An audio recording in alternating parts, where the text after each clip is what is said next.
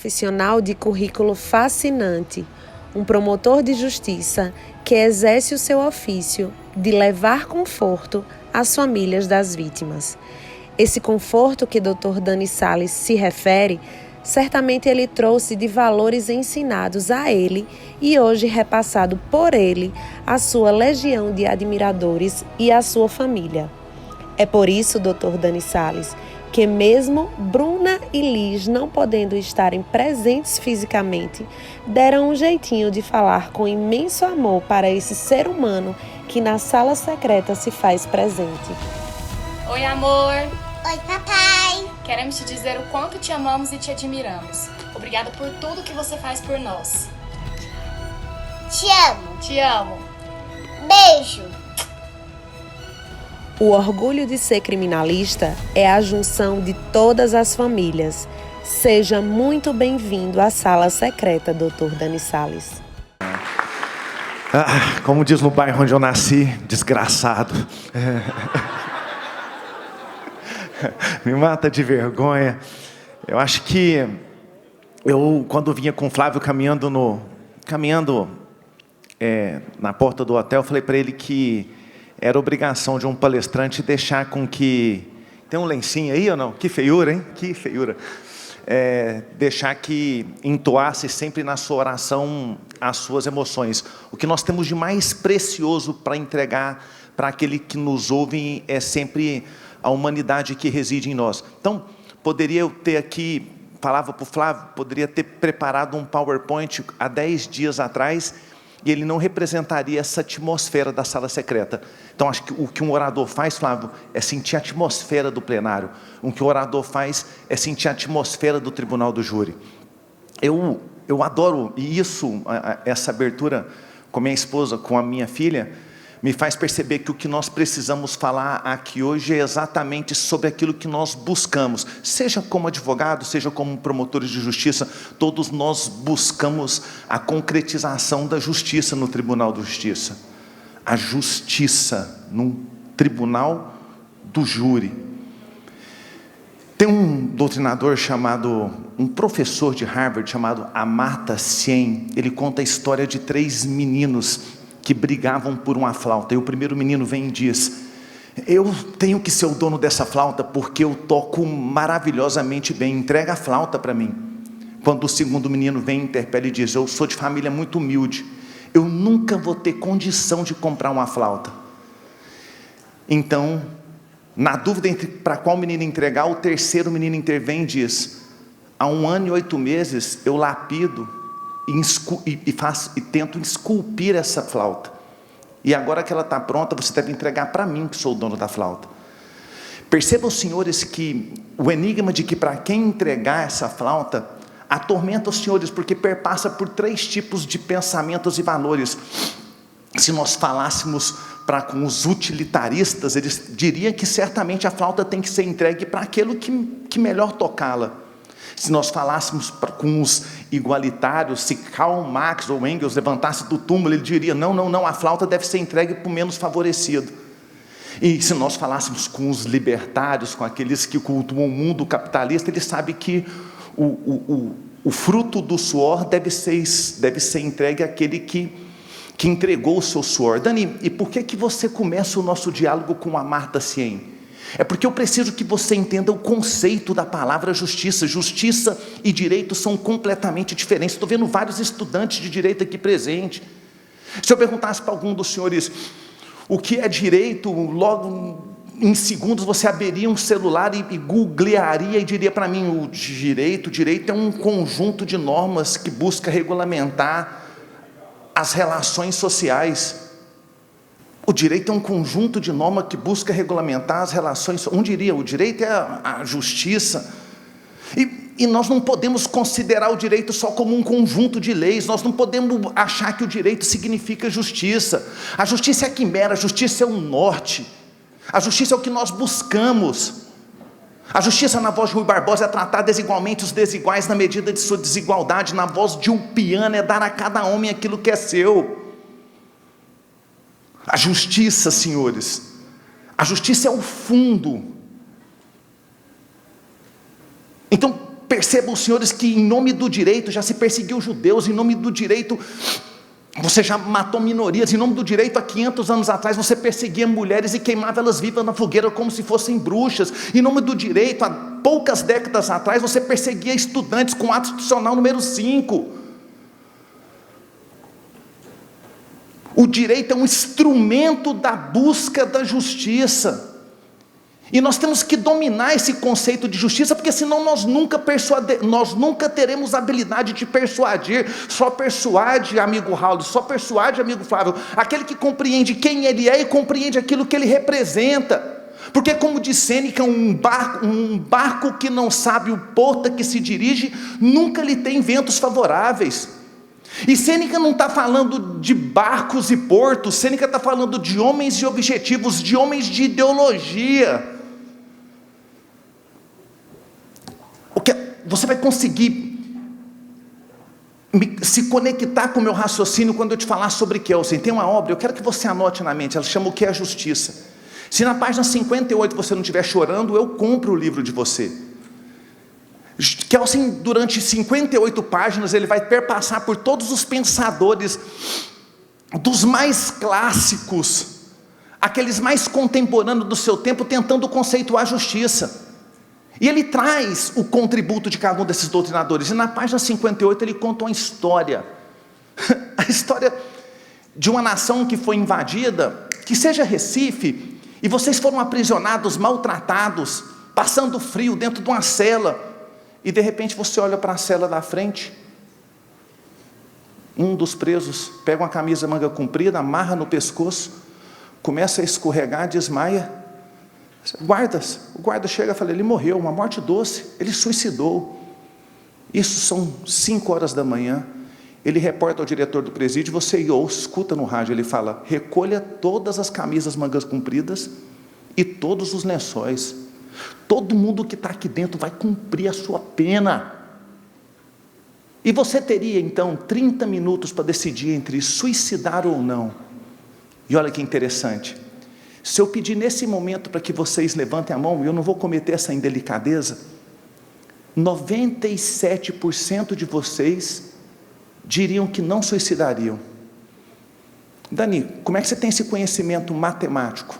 Porque eu sei que 97% dos senhores ou participa da religião católica, evangélica ou espírita.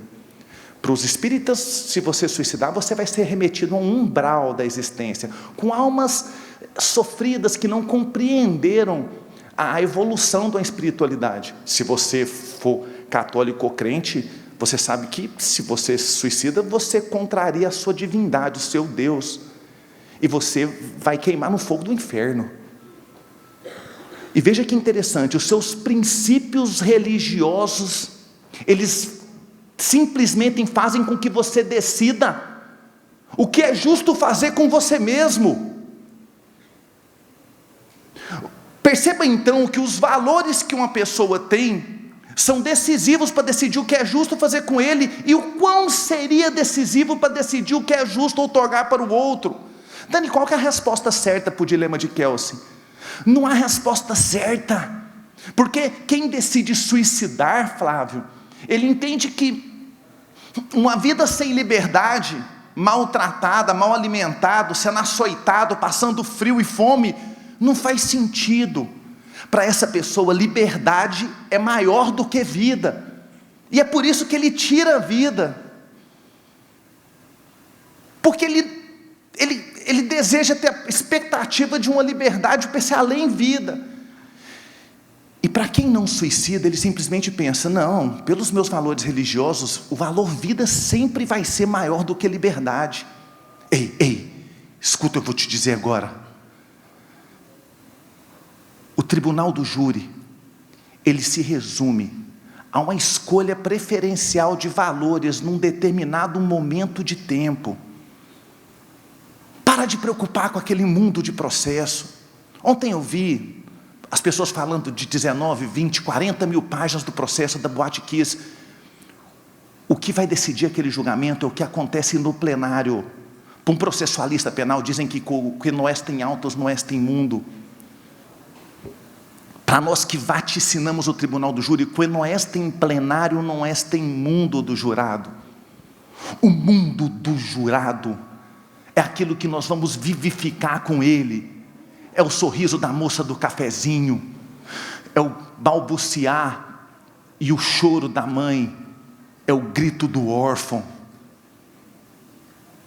é a esperança dos familiares do réu que estão de branco no plenário, esperando para levar ele de volta para casa. E nesse confronto entre promotores que defendem a vida, que são os defensores da sociedade, e advogados que defendem a liberdade, um dia tentaram me explicar o que era um advogado, que um advogado seria aquele que busca a mínima reprimenda. Não, os senhores são maiores.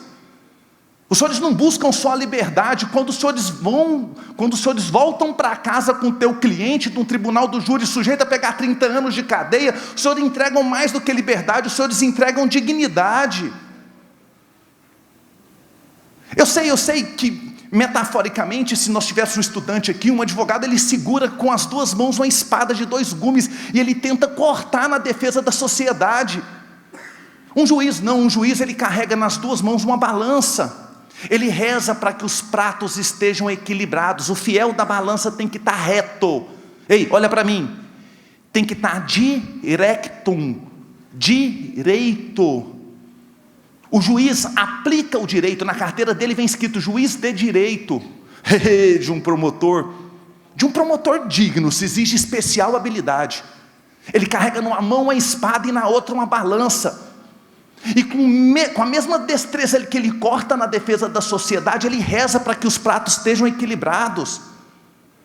Presume-se que ele exercite o custos legis, que ele zele pelo regular andamento do processo. É desse tipo de lealdade que se espera de um promotor. Mas veja que esse promotor que defende a sociedade, ele contrasta com um advogado que defende um indivíduo. Ei, olha para mim, não há sociedade sem indivíduos.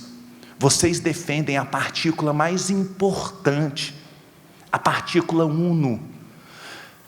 Não há palavra mais bela no ordenamento jurídico do que a palavra procuração, porque ela vem de mandato, manus dare. Repito, manus dare. A pessoa entrega a ti um mandamento em mãos que te permite falar por ele, que permite que você defenda o bem mais precioso que ele porta, que é a sua liberdade. E é por isso que da advocacia se exige coragem. E um advogado tem que compreender o que é justiça, porque às vezes nós chegamos na porta de um escritório, quantas vezes, Fábio, eu não vejo em cima da mesa de um advogado, ele não compreende o que está em cima dele, tem uma deusa. Você sabia que na representatividade romana, a justitia, aquela que dizia o direito, na romana ela aparece com vendas, ou com a tocha, ou com a tábula. Por que, Dani? Ela é isenta, ela não vê as desigualdades, ela vê todos iguais. Ela carrega na mão as tábulas porque ela vai aplicar a normatividade. E houve um momento histórico que disseram que é muito melhor ser escravo das leis do que ser escravo dos sabores dos homens. Justitia, quando carrega a tocha, ela representa o fogo significa o esclarecimento. Veja que na representatividade grega, que é chamada de dike, ela carrega na mão a espada.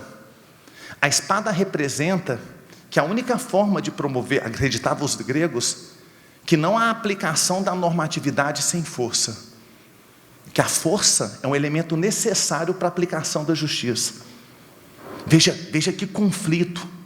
E eu me pego pensando nessas 2 imagens, que eu fico pensando, esses baita palestrantes que vão estar aqui, são advogados que se notarizam pela força, trocaram um tapa alguma vez no tribunal do júri, saíram aos berros, ou se distinguem pela habilidade de usar a palavra. Napoleão Bonaparte, ele comandou 3/5 da população europeia, e a roda do destino de Bonaparte começou a rodar para trás, quando ele perdeu uma batalha e foi exilado na ilha de Elba. Logo depois ele volta e perde depois a famosa batalha de Waterloo, quando então na ilha de Santa Helena ele tem um pensamento de epifania. Para mim é a frase que eu sempre carrego comigo. Napoleão Bonaparte disse assim: há duas forças que governam esse mundo, o do espírito e da espada. E a força do espírito sempre vai perpetuar e prevalecer sobre a espada. Eu, como estudante de história e de filosofia, tudo que Napoleão ganhou pela espada, Napoleão perdeu pela espada. São as conquistas do nosso espírito que perpetuaram na nossa história. São as nossas obras, são os nossos legados. É aquele abraço da família quando testemunha a absolvição do filho. Isso é o legado de um advogado. Advocare, aquele que fala por outrem. Alguém distinto, tão distinto que antigamente ele era um patrono da classe dos patrícios. Eu me peguei antes de escrever o Tribuno, e é por isso que é uma obra lida por muitos advogados. Eu tenho mais alunos advogados do que promotor, porque eu precisava compreender o que é advocacia. A única pergunta que eu me fazia é: quem são os senhores? Eu só militei em poucas dezenas de processos, por poucos meses. E, mesmo sendo filho de advogado, irmão de advogado, trabalhando com advogados, o que me deu esclarecimento, o que nos dá esclarecimento é um evento como esse, Raul. Isso é por isso que eu te congratulo. O que nos dá esclarecimento são as nossas leituras. O que nos dá esclarecimento é o processo de conhecimento aos quais nós nos submetemos. E eu me deparei com a história de Evaristo de Moraes, Rábula. Evaristo de Moraes, ele era conhecido pelas suas virtudes cívicas e morais. Ele era advogado mesmo não tendo um diploma de direito. Ele se forma apenas aos 45 anos. Mas ele já era, aos 30, o maior tribuno que podia conhecer no Rio de Janeiro. E de repente Evaristo de Moraes, sacramentado pelas suas virtudes morais, ele percebe que o pai cometeu um crime de estupro, que naquela época, em 1800 e tantos, era julgado pelo tribunal do júri. E todo mundo queria saber se o melhor tribuno do Brasil defenderia o próprio pai, e Evaristo não se manifestou publicamente. A imprensa queria testemunhar o júri do século. Diz, e eu vi os tabloides da época, que mais se preocupou com o julgamento de pai de Evaristo do que com a guerra de Canudos, porque o júri tem esse quê de paixão. O júri é onde se decide questões de vida. Como diz Padre Vieira: vida, vidro que com sopro se faz, vida, vidro que com sopro se esvai.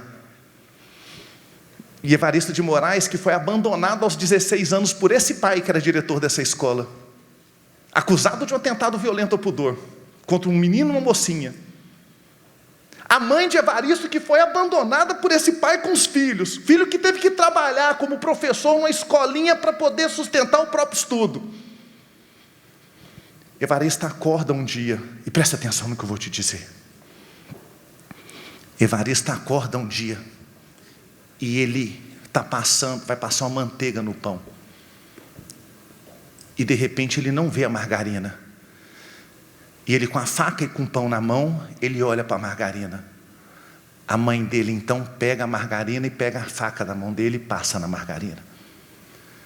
A mãe dele passa a manteiga no pão, e ao entregar o pão para Evaristo, a mãe dele diz: vai, filho, vai defender o seu pai.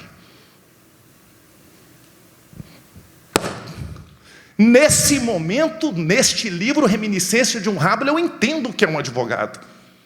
Se a mãe de Evaristo, abandonada por aquele homem, testemunha de ver que o companheiro que deu vida a seus filhos praticou um ato tão horroroso, se ela pleiteou para que o melhor advogado do Brasil fosse defender o pai que o abandonou, é porque vocês representam a esperança. É porque vocês representam a expectativa de que a pessoa que mais poderia se afastar daquele que o abandonou é aquele que torcia pela sua absolvição, pela sua não expiação, pela chance de alguém poder falar com fluência sobre a sua inocência. E é isso que é advocacia. O dia que você se envergonhar de defender os direitos do seu cliente, você não é um advocare. E não merece a honra de um mandato, de um manusdare.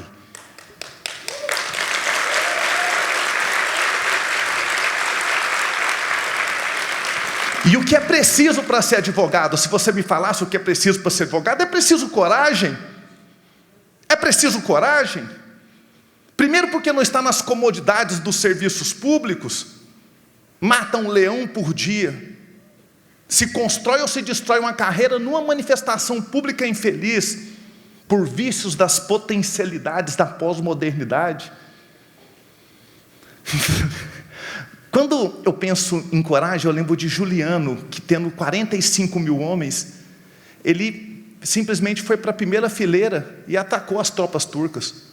Não há exemplo mais bonito de uma coragem inegociável do que o imperador Juliano, com a lança no peito e morto, o primeiro morto na batalha. Dani, por que ele fez uma idiotice dessa? Constantino XI, quando pegou seu primo Teófilo, arrancou a armadura, pegou um cavalo e antes de dar a ordem para que as tropas forem, remou com seu primo Constantino, foi morto com a flecha. Dani, eu não estou entendendo. Eu vou te mais. Em 1982, o príncipe Andrews entrou no helicóptero e ele fez uma inserção contra as tropas inimigas. Um míssil passou a 5 metros do helicóptero do príncipe Andrews. E você me perguntaria, por que o príncipe Andrews estava nesse helicóptero, se ele está na linha de sucessão real da Inglaterra? E eu te responderia, amigo Howlison, dizem os ingleses, porque nobles oblige, porque a nobreza obriga. E você falava, Dani, eu achei que você ia dar técnicas, estratégias de persuasão. Não, você nunca vai persuadir se eu não te desse essa propedêutica, se eu não te entregasse essa percepção de quem você é. Você tem que estar vitalizado para sair por essas portas hoje e falar, eu tenho orgulho de ser advogado. E eu ouvi sobre a advocacia de um promotor de justiça, foi o olhar estrangeiro, foi o olhar do indígena, que me fez perceber quem eu sou. Foi o olhar do filósofo que diz que o barco que não sabe o porto a que se dirige nunca lhe tem ventos favoráveis, e o homem que não sabe aquilo que ele representa, ele nunca vai alcançar esse destino bom, que é o destino de entregar o justo ao seu cliente. E você precisa ter coragem para se orgulhar a todo momento, porque a sua fraqueza, ou às vezes um momento em que você estiver inquieto, ou desconsolado com o exercício da profissão, ela fragiliza toda uma legião. Dani, e qual a magnitude da beleza de compreender quem somos? A magnitude de compreender a beleza de quem somos é que nós podemos perceber se nós temos a vocação, o vocatio. A advocacia não pode ser um emprego subsidiário. Eu tentei fazer um concurso, não deu, também montei uma empresa, não deu certo, acho que eu vou tentar tirar um AB. Que inferno é esse? Demônio, maldito. Eu lutei para ter meu AB, eu orgulho da minha AB, eu não coloco ela na carteira com medo de amassar. Minha carteira não vai no banco, no bolso de trás, minha carteira é carregada no bolso da frente. E você vem dizer que para você uma opção de resíduo? Nós não somos opção de resíduo, porque nós sabemos o porto a que nos dirigimos, e o porto a que nós nos dirigimos é de ser, olha, preste atenção, tem gente vendendo a advocacia como emprego de fama ou de dinheiro. A advocacia não é instrumento para ganhar dinheiro, porque aquilo que é só um instrumento para ganhar dinheiro é algo muito pobre. A advocacia é um instrumento de dignidade, é um instrumento de liberdade, é um instrumento de sabedoria. Sempre foi a classe distinta, de onde saíram os presidentes, os governantes, os grandes pensadores, os grandes oradores. A instituição que é apenas um instrumento para ganhar dinheiro é muito pobre. É muito pobre. E é por isso que a cada dia o que nós precisamos é nos revitalizar sobre quem somos. E é por isso que eu escolhi esse tema quando o Howlison me surpreende com a imagem da minha filha e da minha esposa, porque elas me fazem lembrar o que eu faço aqui. E o que eu faço aqui é falar com os senhores. Dani, e por que vocação? É porque os vocacionados são diferentes. Os vocacionados é aquela avó que com frango e meio litro de água faz o melhor jantar que você já comeu da sua vida. Cora Coralina, que começou a escrever seus pequenos enxertos aos 8 anos de idade em papéis de pão, ela apenas foi publicar seu primeiro livro aos 65 anos, Os Poemas dos Becos. Aleijadinho, quando perdeu por uma doença degenerativa grande parte dos movimentos, andava nos cotocos, pintava com cinzéis, esculpia com cinzéis. Ele não estava atrás da fama. Darwin, que formou em medicina, entregou o diploma para o pai que era médico e foi para uma ilha estudar os animais invertebrados. Charles Darwin tem 2 momentos na ciência, antes e depois de Charles Darwin com a teoria da evolução. Ludwig von Beethoven, quando ele estava com 97% de surdez, ele edifica a 9ª sinfonia em ré menor, uma união entre as irmãs música e poesia.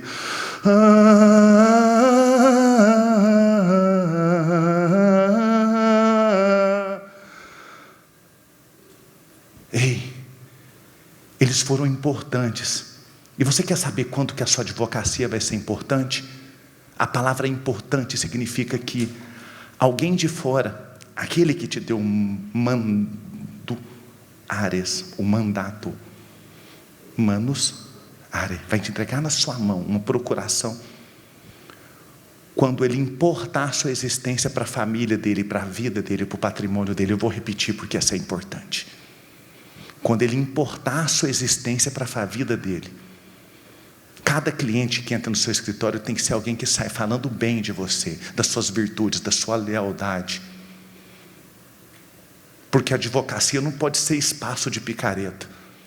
Porque se for, ele desdignifica a carreira.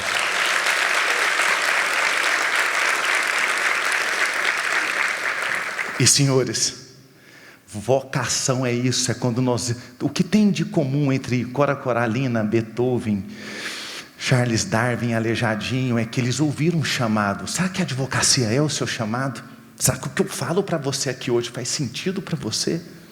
Porque se fizer, meu amigo, você está pronto para caminhar comigo nas sendas da persuasão, mas sem compreender quem você é. Ou se até hoje você não tinha compreendido o que é justiça. Justiça é você apresentar para um jurado 2 valores diferentes. Se não tiver a antítese no tribunal do júri, se você não for a voz contraposta, o jurado não tem escolha. E sem escolha não há democracia. Vocês são a voz da democracia. Vocês são a força da antítese. Como é bela a advocacia. E você me perguntaria, Dani, você tem 7 minutos e 14. Por que com um telão desse você não preparou uma palestra arquitetada? Por que você se permite falar pelo coração? Por que você utiliza esse instrumento da linguagem com tanta pureza? É porque a linguagem serve a isso, meu irmão. Presta atenção na frase que eu vou te dizer, eu quero que você nunca mais esqueça dela. Isso é Ernest Cassirer. Eu fiquei nesta frase por 3 dias, de uma forma obsidente, neurótica. Eu desenhei ela no chão da minha casa. Ernest Cassirer falava assim, abro aspas, a linguagem é um instrumento dinâmico, na qual o orador circunscreve o ouvinte a um círculo, do qual só é possível entrar e sair ou permanecer, passando ao mesmo tempo pelo círculo do orador. Fala comigo, Dani. Fala todo mundo alto, Dani. Não, mais alto, Dani. Repete. Repete. Não, fala, repete. Fala, Dani, repete. Posso repetir? Obrigado pela insistência. Olhem comigo. A linguagem é um instrumento dinâmico pelo qual o orador, no momento em que você está falando, no momento que você está... O que nós fazemos é montar um arcabouço, um arquétipo, um esqueleto. Nós vamos dar aos jurados uma estrutura para receber os valores, para estar pronto para a hora do veredito. Olha que bonito. Então, o que nós fazemos pela linguagem é circunscrever o ouvinte a um círculo. Pensem agora, o ouvinte dentro de um círculo. E esse círculo que o ouvinte está, ele só pode entrar, sair ou permanecer se ele passar pelo círculo do orador. Fala para mim, que bonito. Gostosinho, não foi? Olha que bonito. Você é esse círculo que influencia. Você é mais do que a palavra que constrói um pensamento. Você é o próprio pensamento que afeta, impressiona e molda um veredito. Você é a compaixão. Tem um monge Vedanta chamado Shankarahara. Dizem que ele é a própria representatividade do deus hindu Shiva. Esse monge disse, olha que bonito que ele diz. Ele fala que a compaixão é a lei das leis para se evoluir atrás dela. A defesa tem que ser essa compaixão. Se você não sente compaixão pelo seu cliente, entrega um mandato para outro. Porque você precisa ser compaixão. E eu preciso ouvir um advogado falar nesse congresso com essa mesma paixão. A paixão que eu vi do orgulho de fazer a abertura de uma sala secreta aqui hoje. Shankarahara dizia que a linguagem, ela é como se fosse um remédio. E que a única forma desse remédio curar é se nós fizermos com que o outro ingira. Nós temos que ser a palavra que será ingerida. Nós temos que ser a mensagem que chega. A palavra, aonde a pedra não rola, aonde a água não arrasta, aonde a flecha não alcança, aonde um vento não sopra, a palavra toca. Uma palavra bendita, benedicta, constrói uma família, te dá uma esposa, educa um filho, traz prosperidade para o escritório. Enquanto que uma palavra maledicta, maldita, uma, não estou falando de uma frase, estou falando de uma palavra, destrói uma sociedade. Um gesto no tribunal acaba com a forma com que as pessoas veem a dignidade da sua carreira. Nós somos artífices da palavra. Nós somos artífices da palavra. Não há palavra que é dita solta, não há palavra que é entregue de forma ambígua. Que a palavra entregue de forma ambígua é a mesma coisa de um engenheiro que entrega uma obra que oscila, que cai, que pendula. Nós somos profissionais, nós precisamos compreender e estudar a linguagem. A linguagem na pós-modernidade. No curso que eu dei no Maranhão semana passada, eu passei um módulo falando sobre a tictorização da linguagem. Vocês percebam que quando eu falo entrego, eu te entrego. Quando eu falo sopro, eu sopro. Aqui existe essa harmonia, aqui existe essa conjunção entre a minha expressão, a minha força corporal, a energia que eu te transmito, a lágrima que eu verto quando ouço a voz da minha filha e as minhas conexões com você, porque o tribunal do júri trata exatamente disso, das conexões humanas que são estabelecidas. Nós somos conectores, nós nos conectamos ao outro. Dani, vá porque te resta 2 minutos. Eu não queria ir porque eu estou entre meus iguais. Fui recebido no aeroporto com abraços. Ontem eu estive num hotel, no térreo, na umidade da garoa, sentado com 50 advogados, rindo como se estivesse com amigos de infância. Não existe polaridade entre advogados e promotores. Olha,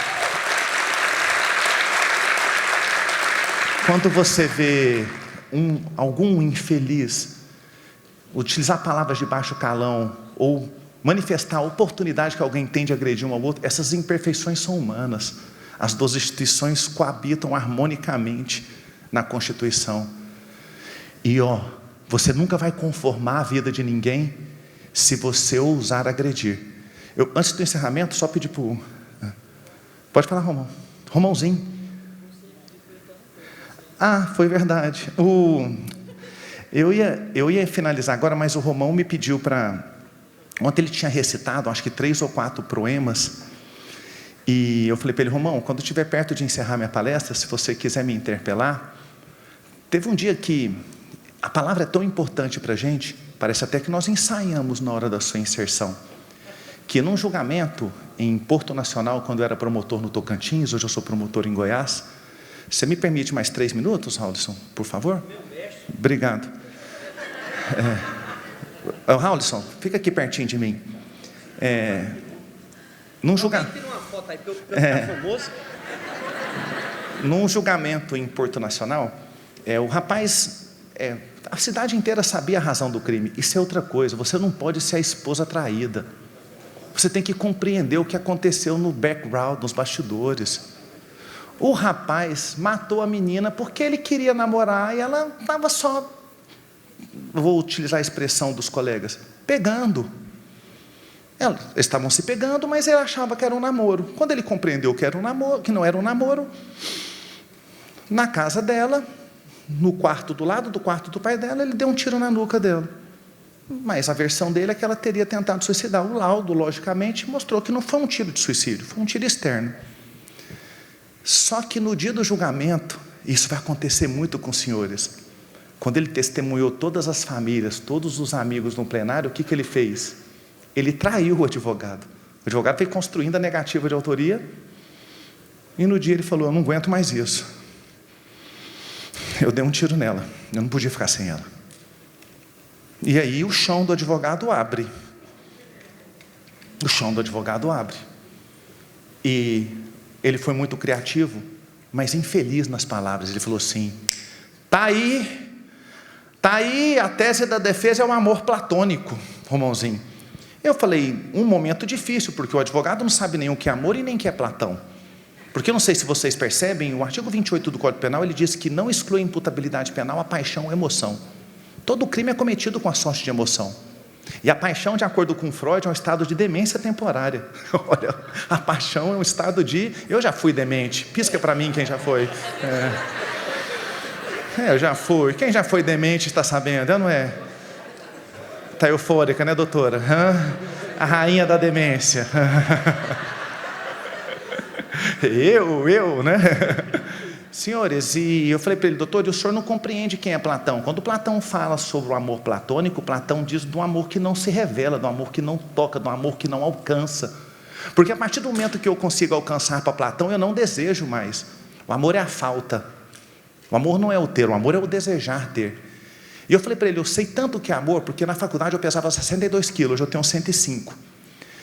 E eu nunca tive atributos estéticos daqueles mais louváveis. Eu gostava muito da menina mais bonita da sala. É lógico, não deu certo. E teve um concurso do AB, Romão, em 1998. E eu falei: eu vou falar sobre o que eu sinto por essa menina. E eu escrevi um poema. Ele era a representatividade do amor platônico. Eu falei: doutor, você permite eu voltar a 1998 na minha faculdade, porque eu sei o que é um amor platônico. E ele permitiu a parte, e eu declamei o poema para ele, né? Eu poderia declamar ou não, se vocês não acharem piegas? Posso? O poema chamava Rosa de Cristal, porque ele tinha na mulher a fragilidade de uma rosa e a sensibilidade de um cristal. E o poema chamava assim: nossa, ser fofo em Goiânia não é legal. E se for fofo com nome unissex, Dani, é pior ainda. Mas vamos lá. Que versos eu poderia dizer a essa mais linda flor? Que tu és a mais bela das rosas, que és dona do meu amor. O teu suave perfume ao longe a todos faz delirar, porque tu tens o cheiro mais doce que um homem pode sonhar. Das paixões eu sempre fugi por medo de me entregar, mas hoje o temor é receio, hesitação que assola meu lar. E que lar é esse distante em que a razão não pode tocar? Lá só sentimentos profundos essa casa pode habitar. Então o receio expulsei e te toco com meu olhar. As mãos não ouso, seguro, por medo de me entregar. Pois se até o mais simples dos suspiros atinge a tua afável feição, como eu poderia tocar-te, cristal da minha inspiração? Que o sol conte para a lua, que a lua diga ao mar: apenas não posso, não ouso de ti me aproximar. Pois se tudo na vida são fases, há fases de viver e há fases de sonhar. Eu prefiro manter os meus sonhos de um dia poder te tocar.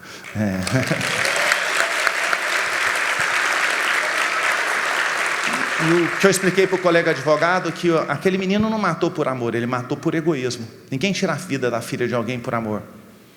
O amor está nas maternidades, não nos necrotérios. O amor dá vida, o amor não tira a vida. O amor é fogo que arde sem se ver, é ferida que dói e não se sente. O amor é contentamento descontente, é a dor que desatina sem doer. É estar-se preso por vontade. É servir a quem te serve com paixão. O amor. O amor. E veja só, hein? 2 palavras da defesa.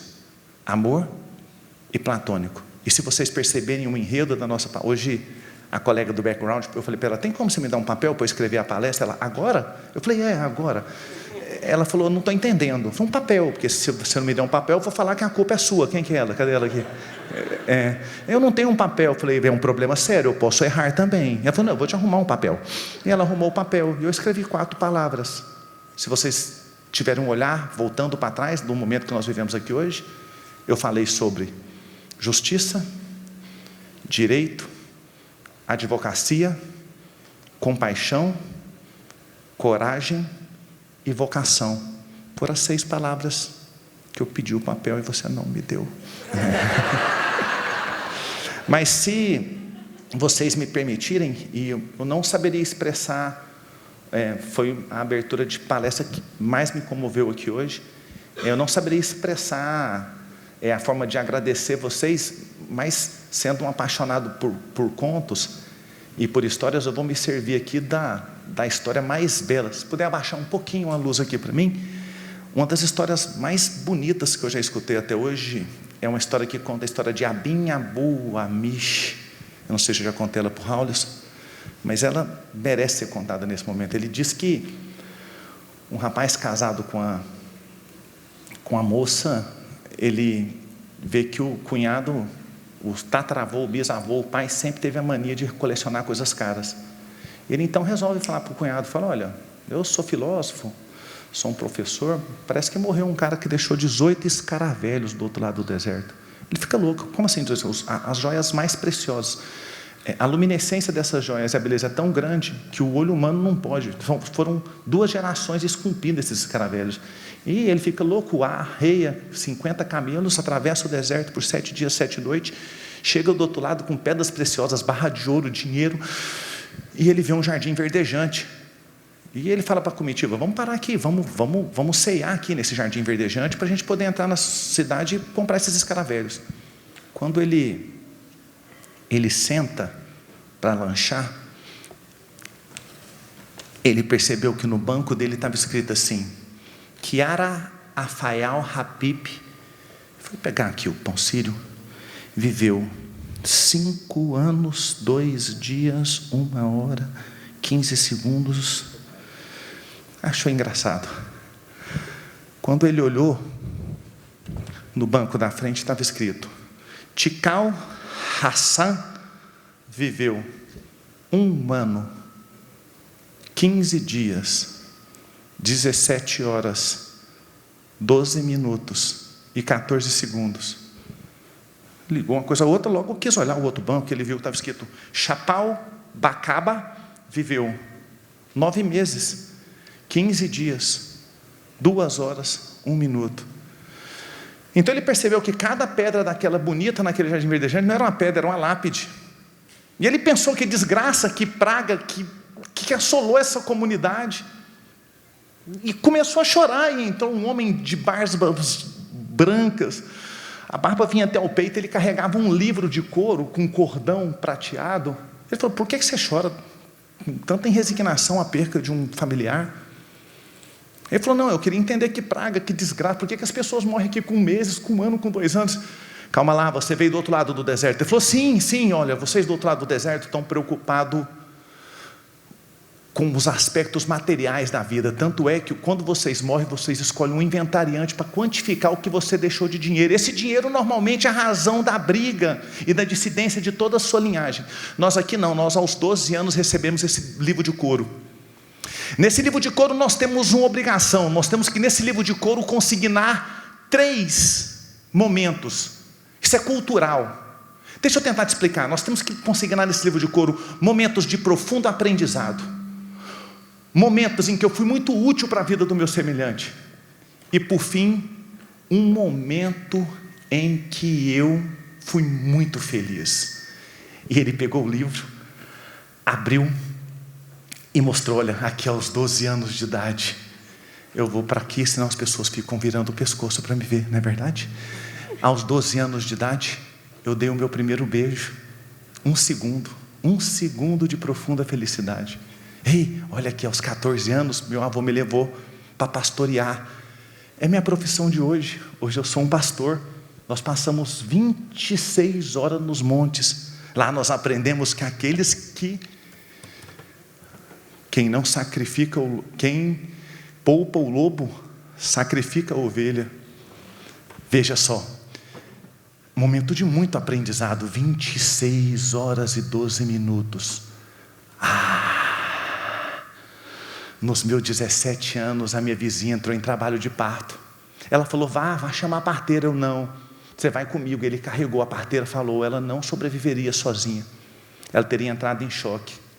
Você salvou a vida dela e da criança, as duas morreriam.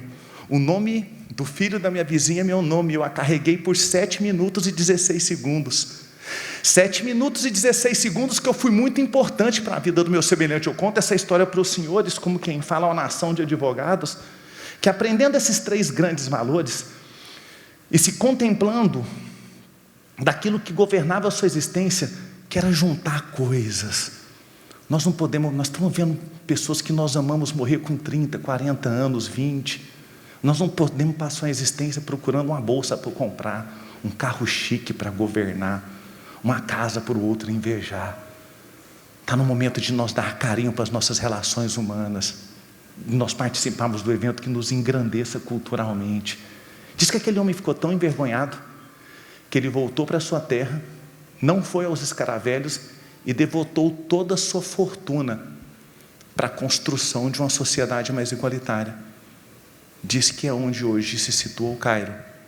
E se você me perguntasse: mas por que você está me contando isso? E eu conto essa história, Raulson, porque se hoje eu pertencesse àquela comunidade e eu tivesse aqui no meu peito aquele mesmo livro de couro, eu tinha que tirar ele para fora e anotar que esses 36 minutos e 42 segundos que nós tivemos juntos aqui hoje, irmanados, eles tinham que estar consignados nesse livro. Não só porque foi um momento em que eu pude aprender muito com as esperanças, com os tormentos, com as aspirações, com os orgulhos da advocacia. Não só porque eu acredito que foi um momento em que a troca, esse olhar externo, possa ter de alguma forma contribuído para com o meu semelhante, contribuído para com o aprendizado dos senhores, muito mais na condição de filósofo que de promotor de justiça. Mas acima de tudo, senhores, porque hoje eu fui extremamente feliz. Muito obrigado, senhores.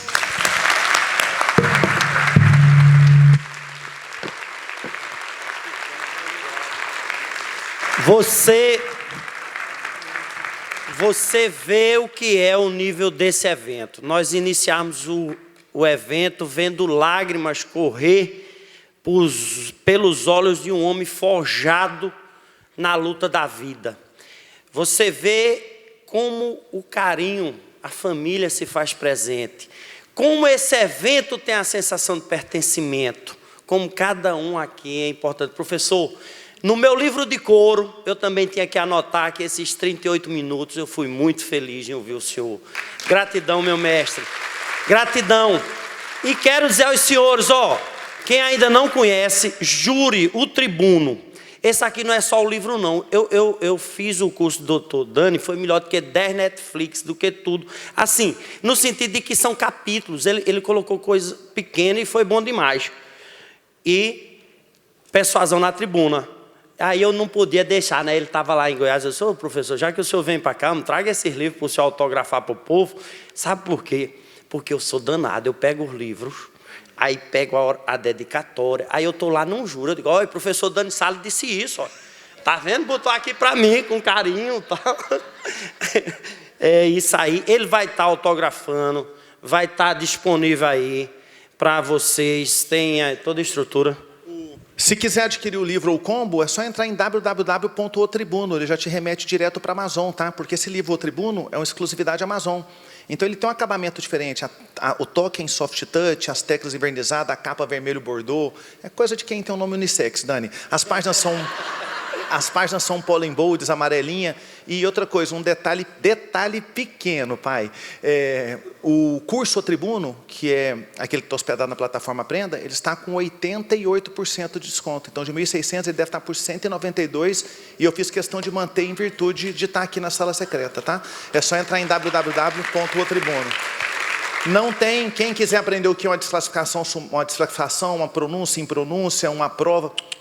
Lá nós vamos falar sobre essas questões humanas, tá? É disso que nós estamos precisando ler. Ontem eu conversava muito com o... Como é que eu estou no mesmo? Com o Marco Antônio, e nós falávamos, nós temos que mergulhar nessa nossa subjetividade. De um tribuno se exige uma riqueza diferente. Nós não podemos só falar de lei. Matar alguém. Ué, vou discutir matar alguém? Não, eu quero falar, não é se o João matou o Pedro, não é se o João deu um tiro no Pedro. Eu quero saber o que tinha no coração do João para ele dar um tiro no Pedro. Aí somos tribuno. Fraterno abraço.